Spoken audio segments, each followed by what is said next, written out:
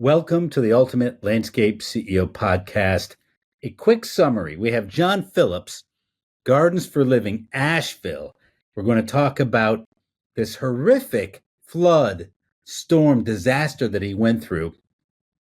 John and his son Shane, they take us through the loss and the tragedy that hit them in their community with a few stories. And we then get into the kind of leadership it took for him to rally the troops and some of the surprising things that both his employees did and his clients did to help him. We talk about some of the opportunities he sees, actually sort of silver linings, and some of the lessons that he learned, what worked well, what he might have done differently, what his plans are for the future. Also, we have a GoFundMe link in the show notes if you want to donate to his cause, and he's taking this money to help him and his employee base as well. Really, a large displacement has happened, even just within his small company, if you will. And we hope that you never forget or don't forget for a long time what has happened there in Asheville, because it's going to take them months and months and months, maybe years and years to recover. But John Phillips has gotten on his feet right away. And so I hope you gain some inspiration from the story. Welcome to the Ultimate Landscape CEO podcast, Shane and John. Thank you, Jeffrey. Thank you, Jeffrey. I always dreamed of being on your podcast, but I wish it was under different circumstances. Well, let's hope this doesn't turn into a nightmare, and then we'll all be good. That's right. So this is a special Asheville edition. John and Shane, why don't you introduce yourself, where are you from, and your business name, and just a little bit about your business. Okay. My name is John Phillips, and this is my son, Shane. We live in Asheville, North Carolina, and we have a landscape company, have around 45 employees or so, and work the Asheville area and a radius of about an hour all the way around Asheville. We also we have a location here in Asheville, and then we have a nursery and greenhouses and a separate location in the little town of Spruce Pine that is about an hour north of Asheville. Okay, and how old's the company? The company the company started out as a nursery 40 years ago, and has been operating as a landscape company for the past 35 years. But he grew his first stand of Christmas trees when he was 17 years old. I'm always proud to say that. There you go. So before we get into what happened to your company, and everybody's watched the news, although it's kind of going into the background because of the next hurricane upcoming. Right. Yes. But before we talk about your company, just tell us from on the ground what really happened that we haven't really heard. Give us some of the highlights that we may or may not have heard about in the news about how Hurricane Helene impacted your area. Okay. Well, the storm was preceded by about 3 days of rain. And so we had already set a record for the month of September in rainfall. And I guess that it kind of lulled people to sleep a little bit because it didn't seem like there was that much warning. We knew that another storm was coming on top of what we had already experienced, but there was a lot of talk that it was going to go a little bit further to the west. And it did go a little bit to the west, but that just caused the biggest part of the precipitation to just hit us as a broadside. Yeah. And so it was just unbelievable amounts of rain. After we had already had about 8 inches of rain the preceding 2 or 3 days, then in some areas we got as much as 25 additional inches of rain. Holy cow. And these mountains that is not, they don't react well to that because there's just nowhere for the water to go. It has to channel into these narrow areas between the mountains. And unfortunately, that's where a lot of people live. And so, I don't know exactly how it has been represented in the news because for the first many days, we were completely cut off from the news, the internet, even cell phone service. Yeah. But certainly the small towns and even Asheville itself were just devastated. And there were whole communities washed away, whole enclaves of families that got washed away. Just like an example would be the little town of Chimney Rock that was in between two mountain ranges, and there was a river to the right of the town, and so that river that was maybe 30 feet wide became a raging torrent 300 feet wide and 40 feet higher than it ever had been. And when that sort of thing hits, it can wipe out everything in its path. You were telling me last week that you have this friend that lost his family. Do you want to share that to just kind of put a point on what happened? Mm-hmm. Yes. In fact, we had dinner with them last night. He and his wife had moved about 6 months ago out of the area and had moved to Montana. But his family was a family that had lived in the Fairview area, close to the Fairview areas, which is where our Asheville location is. And they lived in a place called Garin Creek. Up at the top of Garin Creek, an area called Flat Creek. And it was one of those situations like I was describing, an area where there was a channel between the mountains and Small creek. Garin Creek and Flat Creek. But what happened to them, and we had several instances of this, was a mudslide, which is different than a flood, and I don't know the hydrology of it, but it's almost like an avalanche. Yeah. It picks up speed, and there's energy underneath it, and it just came rolling down the valley, about 30 feet high, and just took all of the homes. And there were several of his family members that lived in the path of it, and they were just swept away. 14 of them died. And his father and mother. And his father and mother were among those 14. Dan and Evelyn were their names. Yeah. And it took them a while to even find the bodies because they get buried in many instances. And so it was not until a couple of days ago that they even found his father. I'm surprised they did, or at least that soon. Yeah. So that really and that's just like one small example, and that puts a point on what happened. And so tell us what happened to your premises and your two locations and your house, which is on one of your locations. Right. Well, we were awoken in the storm at 3 a.m. Our French doors in our dining room just blew open all of a sudden, and fortunately woke up my daughter, who happened to be visiting with us, and she came and woke Portia, my wife, and I up, and so we got up, and we knew we'd been expecting the storm, but nothing like it turned out to be.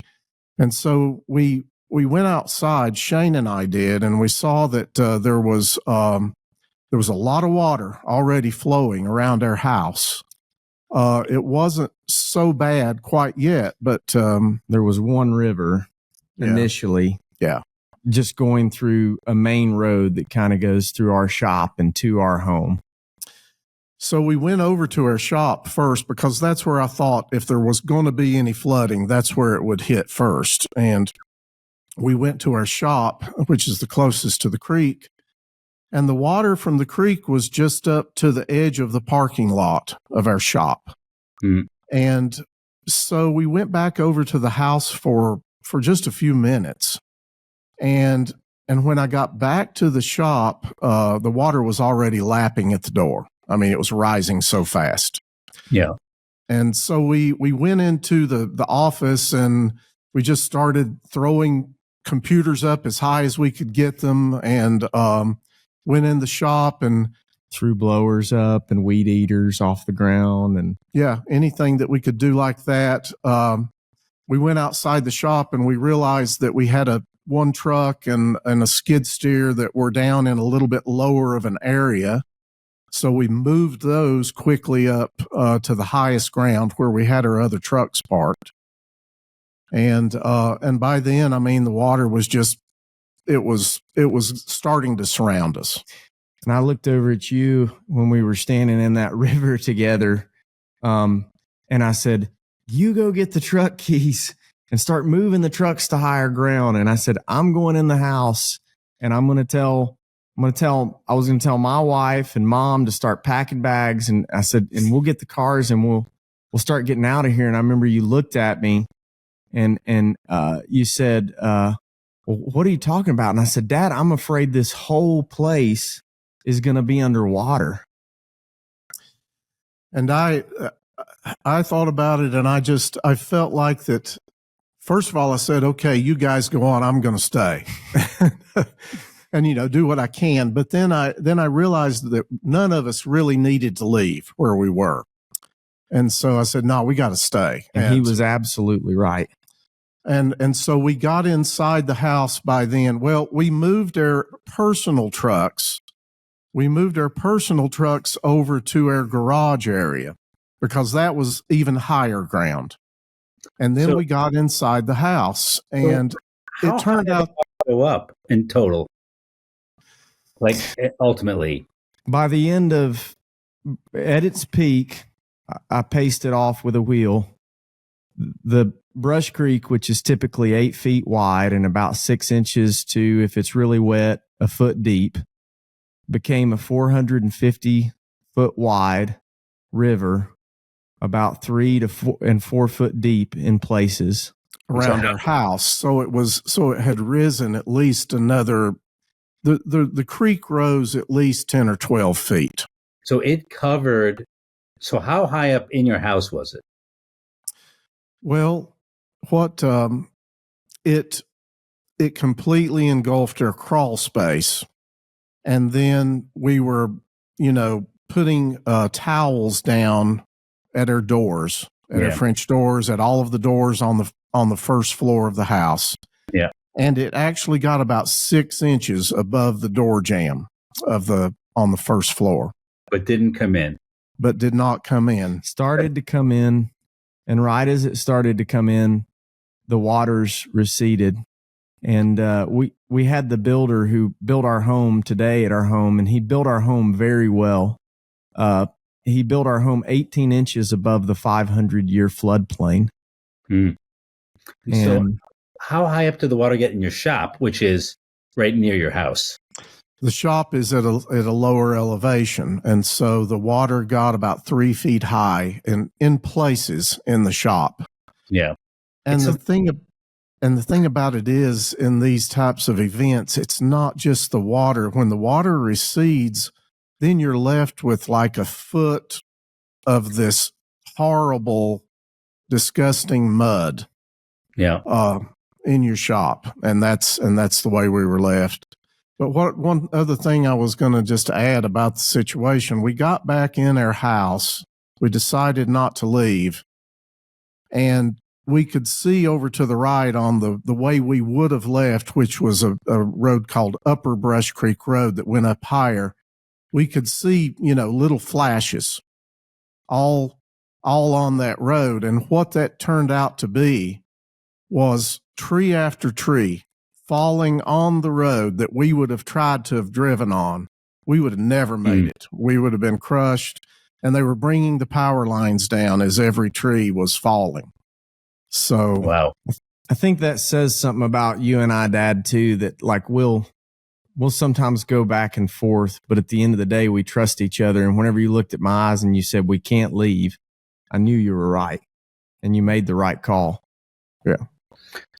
So share the impact to your business, kind of, like in a 2-minute summary, take us through what was destroyed. Okay. We've probably lost a couple of trucks that can be either, turned in on insurance or maybe rebuilt. We've lost 2 skid steers and a tractor at our other location, at our nursery location. We had just finished our new sales center in our office, and we had to, completely tear the drywall out of our office. Yeah. And we had to tear all of the ductwork and the heating system out of our crawl space. We lost our house generator. And we lost a lot of inventory, and we lost our gravel of our holding yard. Plant inventory at our family farm at the nursery, an hour away in Spruce Pine. That's a pretty big loss. Yeah, we probably were able to save 60% of the inventory of plants and materials in Asheville. But at our nursery and our greenhouses, I think we've probably got about an 80% loss of the things we were growing there, and perennials and trees, evergreens, Christmas trees, all of that. And we've had a significant the damage in Asheville. It's very repairable, and the damage at the farm is going to be more difficult. We're going to have to rebuild a whole greenhouse range, and we lost a house up there that was a small rental house. So, yeah, that's kind of the extent of our losses. And so how much of all that was insured? I read that for many people living in Asheville, and maybe not Asheville proper, but up in the mountains and such, just didn't have flood insurance and wouldn't be covered. Right. And so how was it for you? Well, we're still sorting through all that for sure. We've filed claims and starting to meet with adjusters. We did have flood insurance in Asheville on our house, so I'm hopeful that that will go well. Yeah. And the shop was on that policy as outlying buildings, so we'll see how that goes. And what about you lost a lot of small equipment and mowers, etc. Will that be covered? Inland Marine is typically very good about flood insurance or about losses due to flood. And that's what our equipment policy is. It's an Inland Marine policy. So I'm hopeful. I don't know yet. Yeah.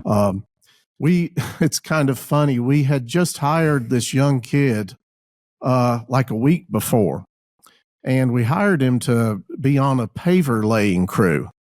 But he also had told us, well, I can do a little bit of mechanicking. And it turns out that he's really a quite talented little mechanic. And he's been going through all of our small pieces of equipment and our trucks as well. And so far, he's getting most of or a lot of it back up and operational. So this is better than you initially thought, I suspect. Is that true?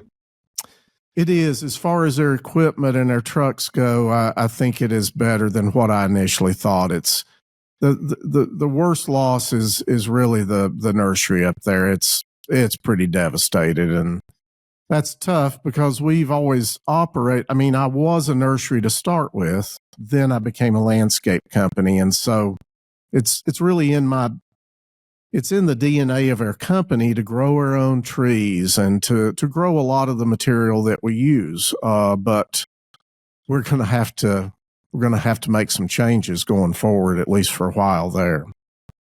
Did you lose any employees? Did your employees lose any family?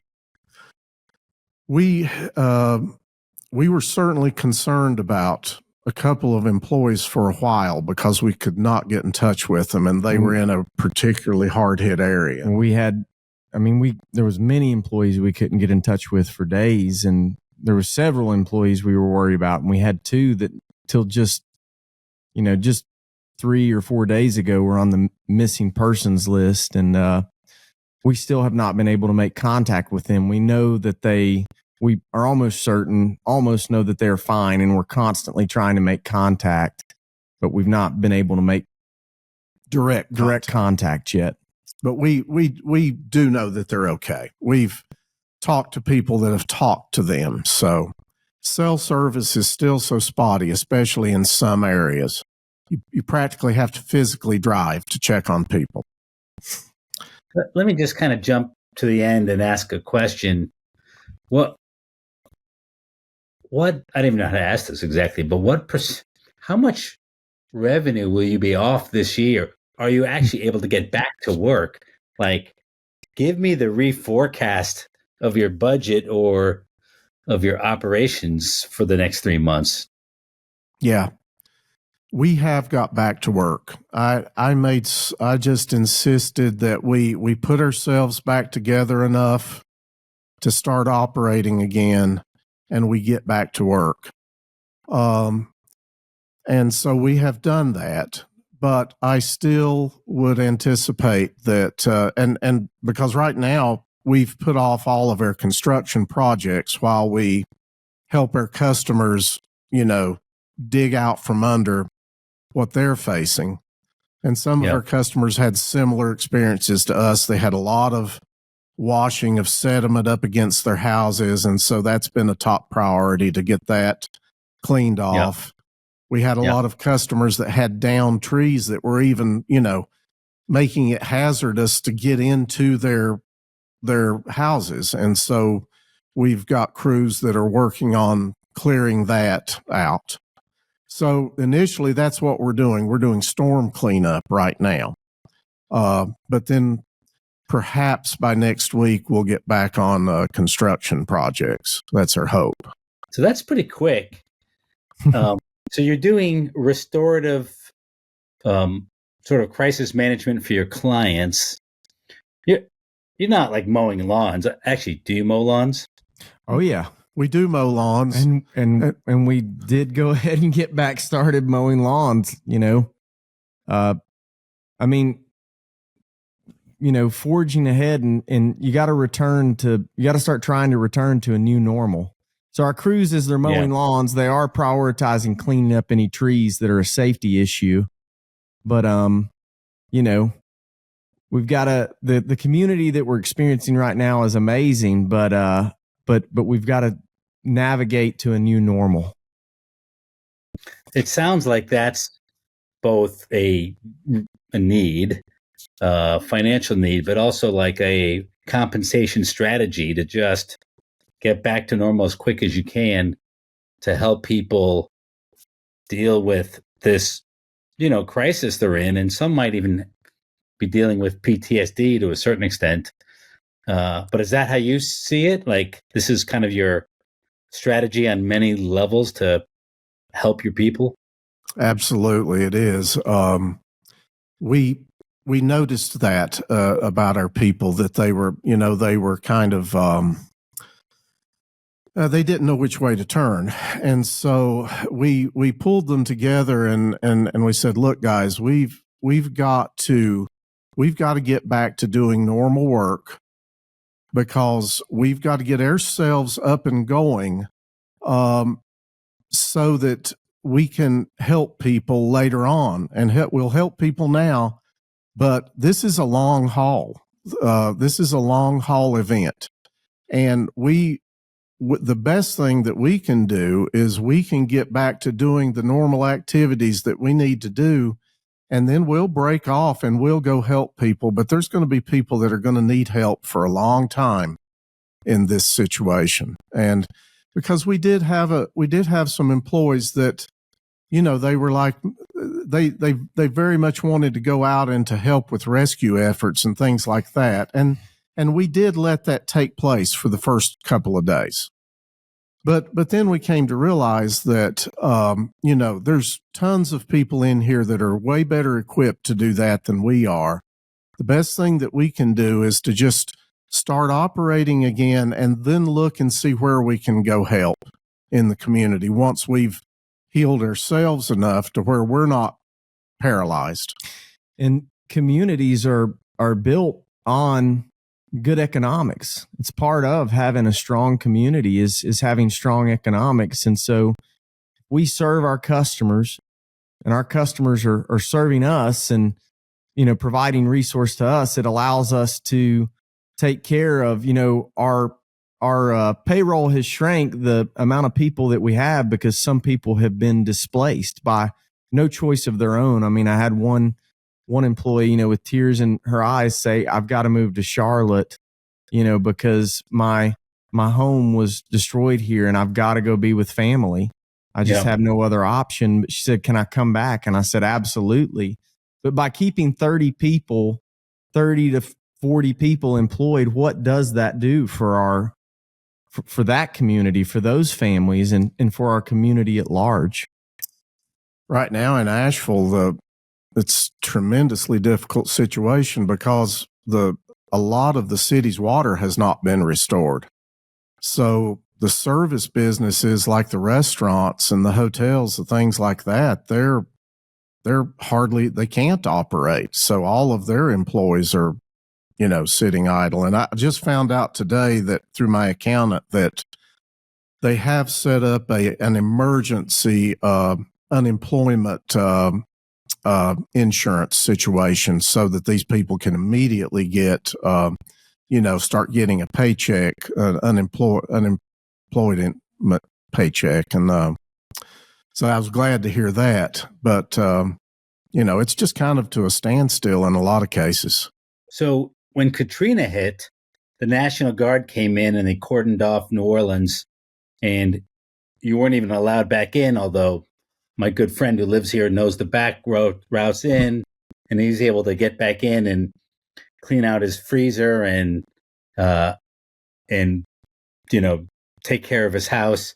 And then he drove around and he found some hardcore bars that were still open and serving beer, even though it was cordoned off by the National Guard. Is that how it is in Asheville now, or how is it?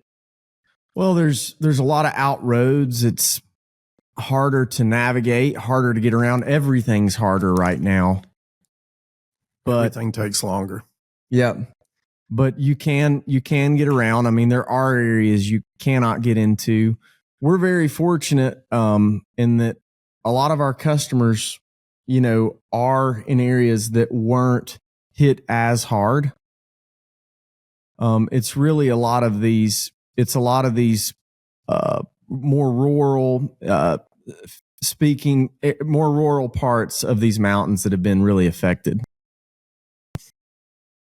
So have you guys been downtown Asheville, or is that not even approachable? I have been, I've been down into Biltmore Village. I've not been right in downtown. I suspect that it wasn't hit that bad, but I've been on the main avenue, but I haven't went right to the downtown area yet. Isn't there like a big river there? Wouldn't that have impacted it?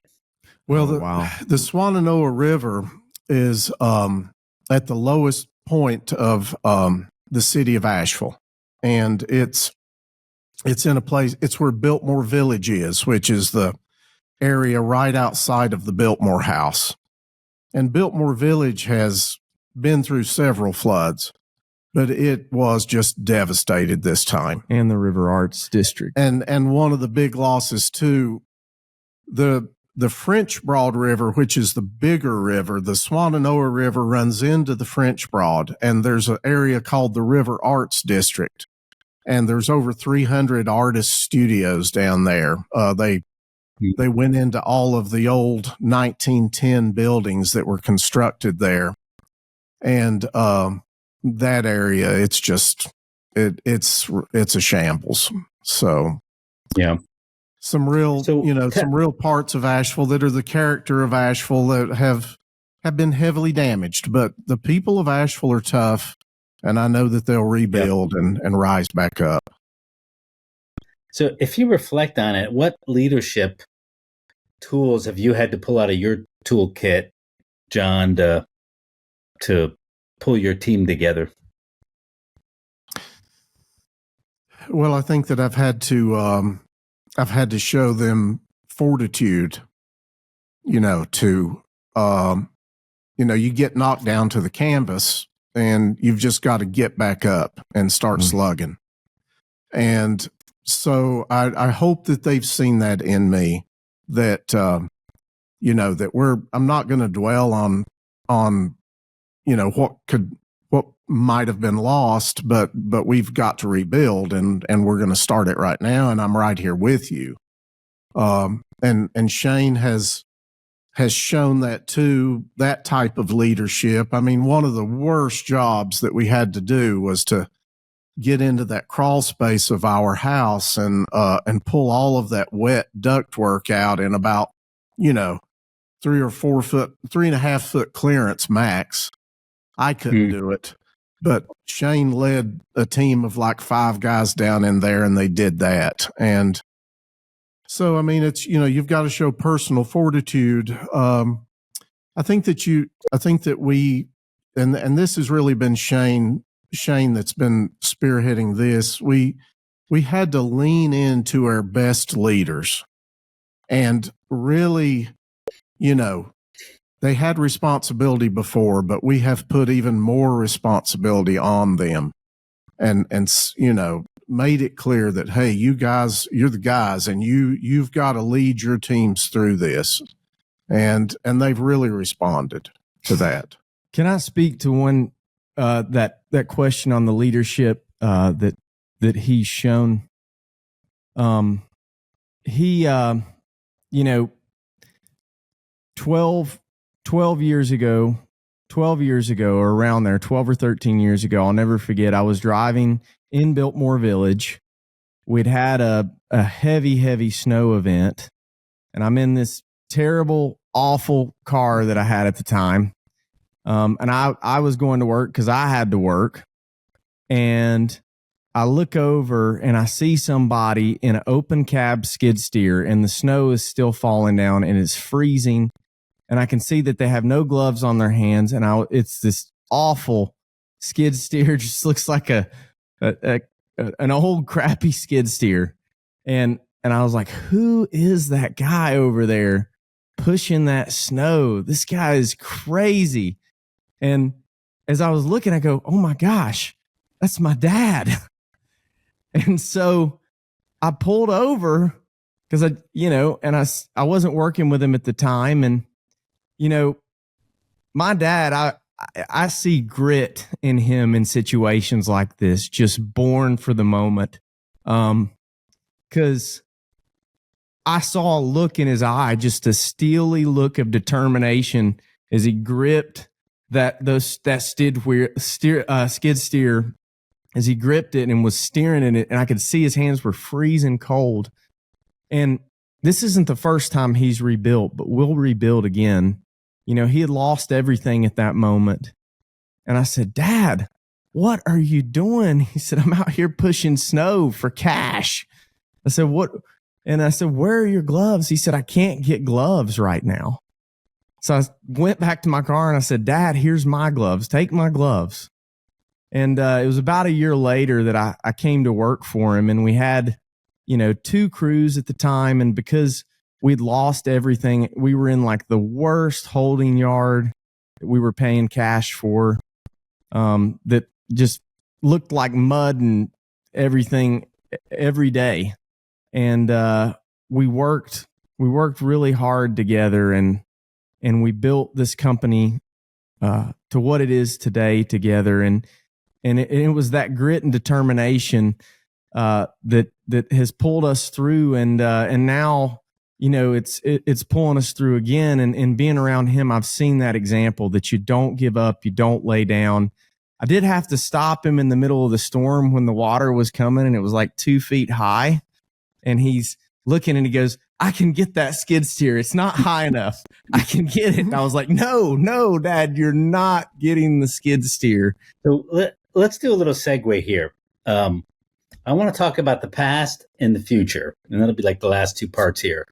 So the past, John, what did you do right in terms of employee morale, culture development, insurance, whatever?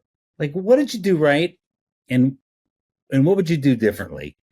But if you could go back in time, so let's just start with what did you do right that helped you prepare for this crisis? Well, I think that two things come to mind. One, we've always treated our employees like more than employees. We've always, I know it's a cliche to say that we treat them like family, and I don't know that we exactly treat them like family, but we respect them, and we respect that some of them know more about certain things than we do. And so we've always been respectful of our employees, and we've always cared for them. We've always cared for them. And we've done the same thing for our clients. We've always tried to be fair and just do the absolute best that we could for our clients. And what I've learned in that is, and what I've seen in this event is, if you do that, I mean, our employees were in here that first Monday after the storm, and I mean, they were ready to go to work. And for the first 2 or 3 days, they were bringing food to us. They were bringing food to feed the whole group of people that had come together to work. And I just said to Shane, I said, we've took care of these guys, and now they're taking care of us. Yeah. So that was a lesson to me. And then the response that we've had from our customers has just been amazing. And what do you mean? And I mean, specifically, one example is we have a customer that we're trying to that we were in the sales process with, a large job, and a pretty large job, and it wasn't a done deal or anything necessarily, but we were in the process. We had a design deposit. We were doing the design, and we were supposed to meet with them the actual day of the storm to show them the first preliminary design, and of course we weren't able to meet. But a day or two later, they sent me an email and said, "Hey, we just want you to know, you're going to do our job no matter what. And you take the time that you need to rebuild, whatever you need to do, but our job will be waiting for you when you're ready and able to do it." And so, I mean, that's just one example. Two other examples would be, I mean, I had a customer just tell me yesterday, I mean, she said, "Look, I know you've lost a lot. You think about what you need, and I'll be there for you, whatever it is." And she knows that she can say that to us because I learned, and it's in me because it's just who we are, that we are people that can be trusted, that we're going to take good care of our customers. And I had another customer who's like messaging her friends, and she's getting all her friends together after she's given very generously to our company, and is saying, "Give me Amazon lists of your employees and what they need, and I'm going to take care of some of them, and I'm going to have my friends take care of some of them." So this is kind of interesting. I mean, amazing, really, that both your employees and your clients are turning around, facing inwards towards you, and trying to take care of you and also your employees. Yes. Yeah, it is. Would you also like to mention about the peer group here?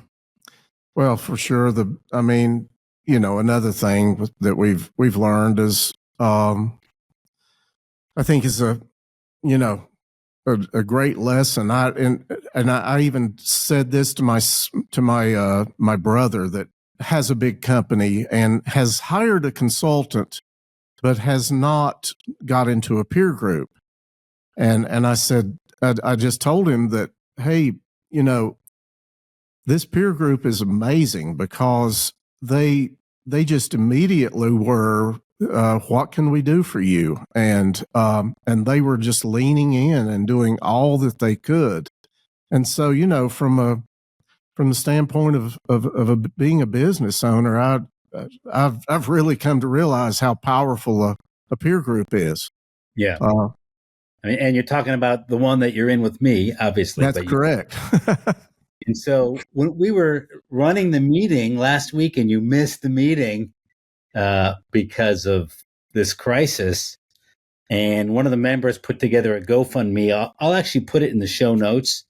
So if anybody wants to donate to that GoFundMe, I think we've raised about $30,000 as of this recording here. And I know that you're going to put it to good use for you and your employees. And it was kind of awesome. Just that one thing that we got going right away and got immediate response. Absolutely. How else have other of the peers in the group reached out to you?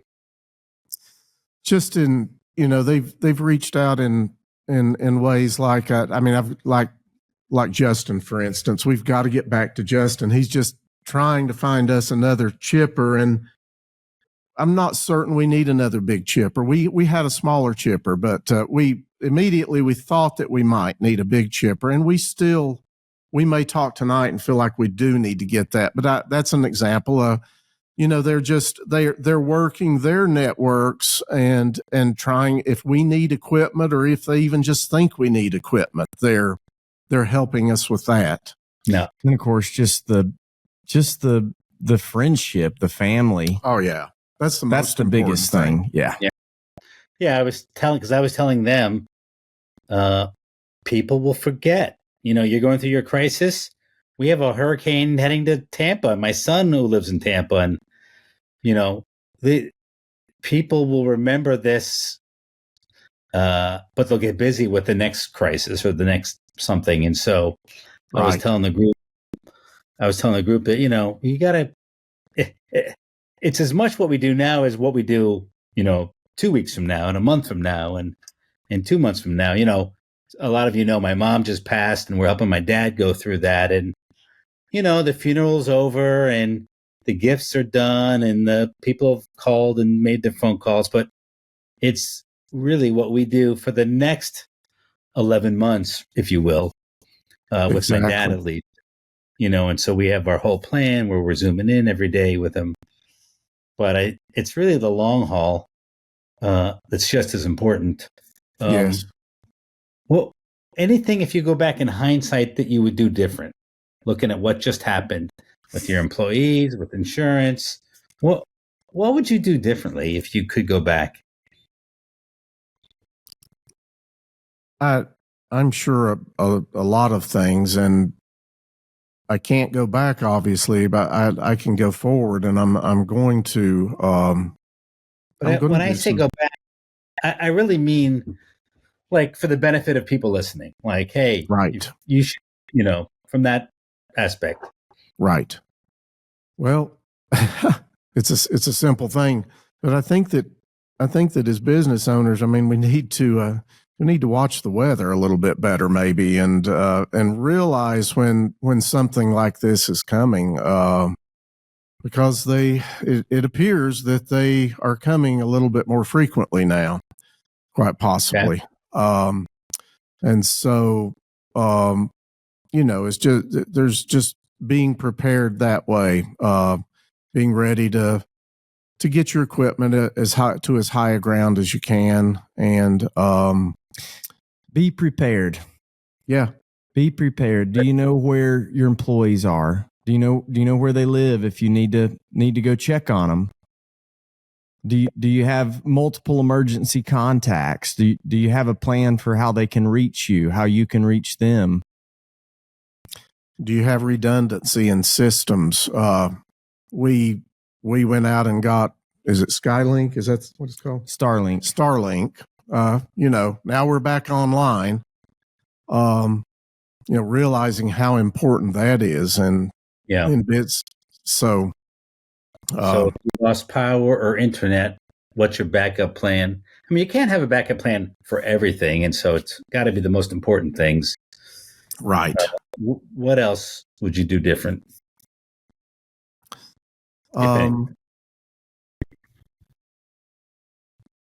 I certainly, where I'll be a little more reluctant to plant down in plant my nursery in the river bottom. Quite possibly, I would move that to higher ground if I could. I think we had too much inventory. We had just bought a tractor trailer load of soil amendment. As you grow, you want to do all these things from an efficiency standpoint. And sometimes I think you can get a little bit too heavy in inventory. And I think that's possible that we did do that. So I'll probably be rethinking that some, to not quite have so many things on hand necessarily. I think I feel like that, sometimes too, you don't realize how awesome some of the people around you are. And so really cherishing and valuing the people around you, and, really seeing who's really the life of your company. You'll definitely see it in an event like this. Yes. But I wish I would have seen it sooner. Yeah. Yeah. We've definitely experienced that. And I guess another thing too is that we've learned is the community around you, not just the peer group community, which is a huge one and very important, but just your neighbors. Yeah. I know that I had got so busy, so tunnel vision of just growing this business that I hadn't really got out into the place we lived and got to know the neighbors any. And something like this, it slows you down. We've met our neighbors now. One neighbor came down immediately and let us borrow a generator from him as ours had just went out. And slow down at least enough to know the people around you and build community. Yeah, I think that's a smart one. I totally can imagine that. And you're saying wherever your business is and where your home is. Yes. Yeah. So this crisis, right? Never let a good crisis go to waste. How are you going to exploit this for the future? And I know you need weeks to think about this probably, but do you have any thoughts in mind that you can share right now? I think that we've, like I had said earlier, we've got some employees that we're going to lean into a lot more heavily. We're going to try to equip them to really make us more efficient.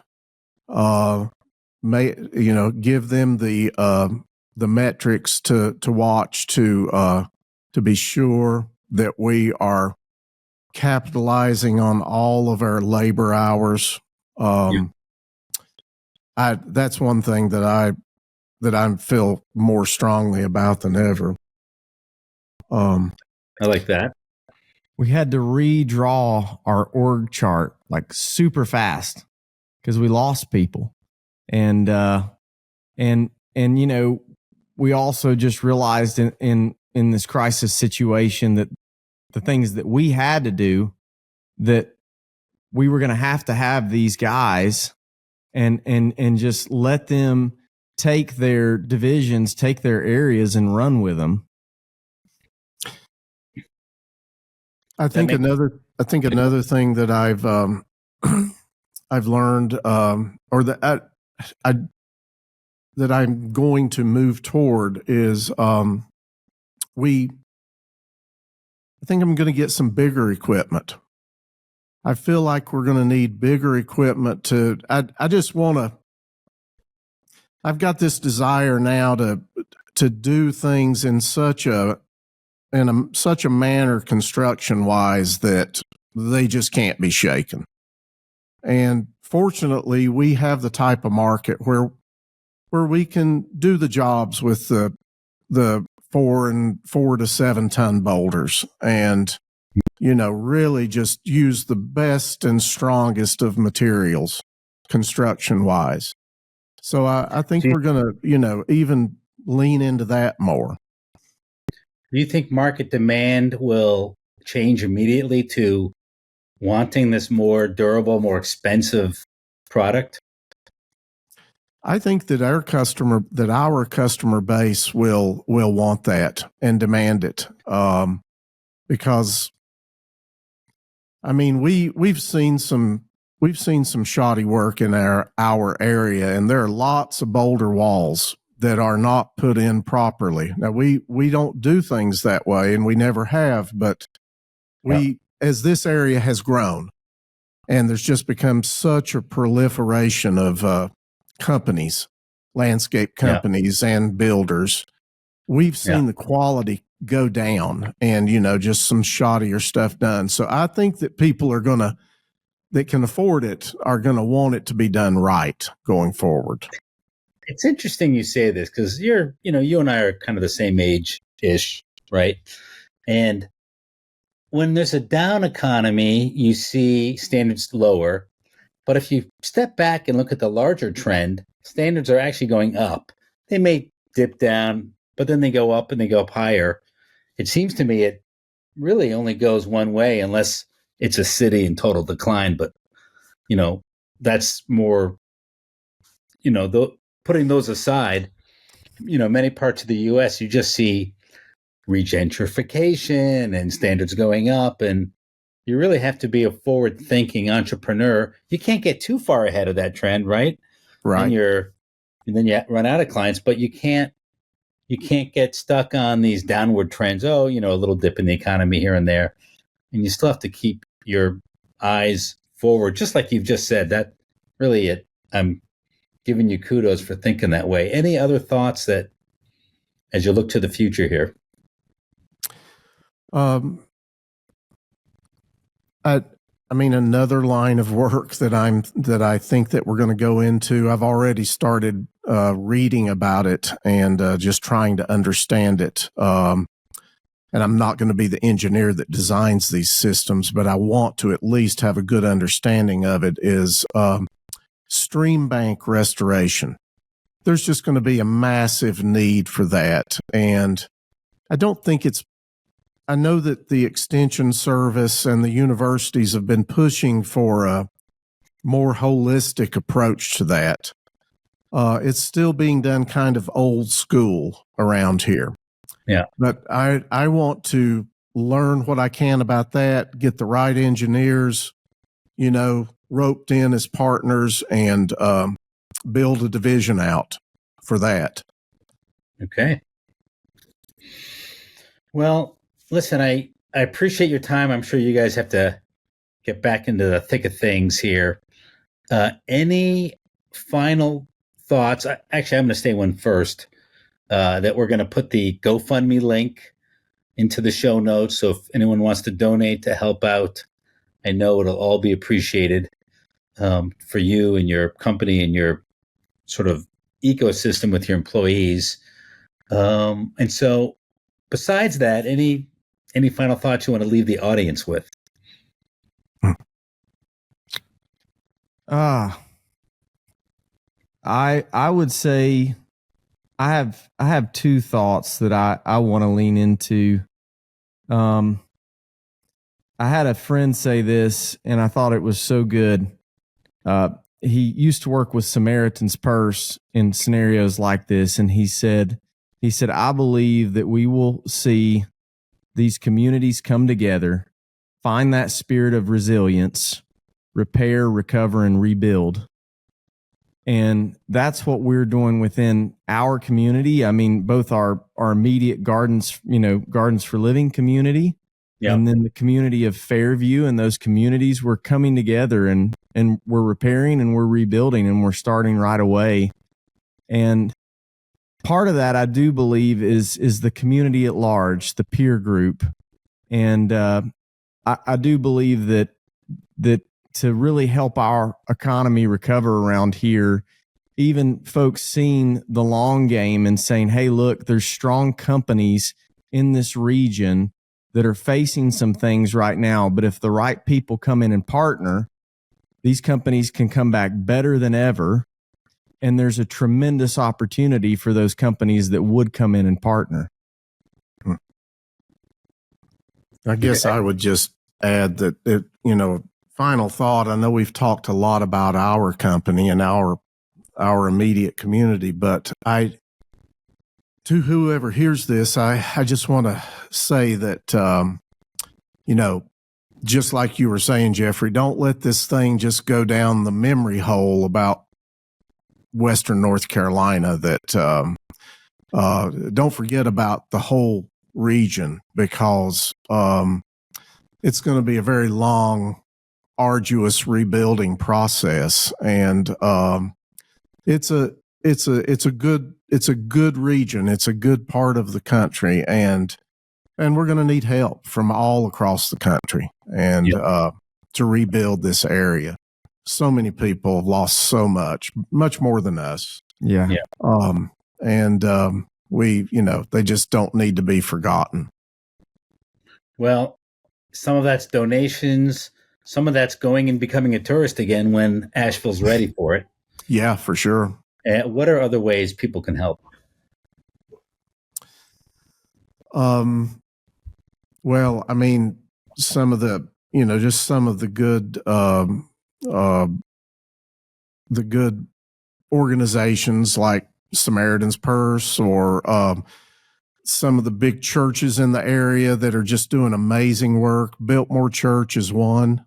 Letting us use this space. Yes, letting us use this space, but also they've just got an army out at work. I think that's two really worthy ones there. There's more. There's more I don't know of. But. And I think if you have relationships in these communities and you're looking from outside wanting to help, do what the peer group did, partner with those people that are directly in your community. And I have, one other contact, and he's like, Shane, I want to work through you because I know that you'll look and see where a need is. And together, the two of us, we can think strategically when people do pull out, when the water isn't coming in, I can partner with you guys because I know that, the community and you're a direct contact that I have there.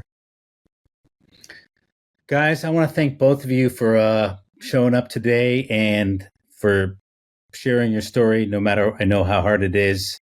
And so thank you guys both very much. Thank you for having us, Jeffrey. And Jeffrey, thank you again for all you've always done for us. We really do appreciate you.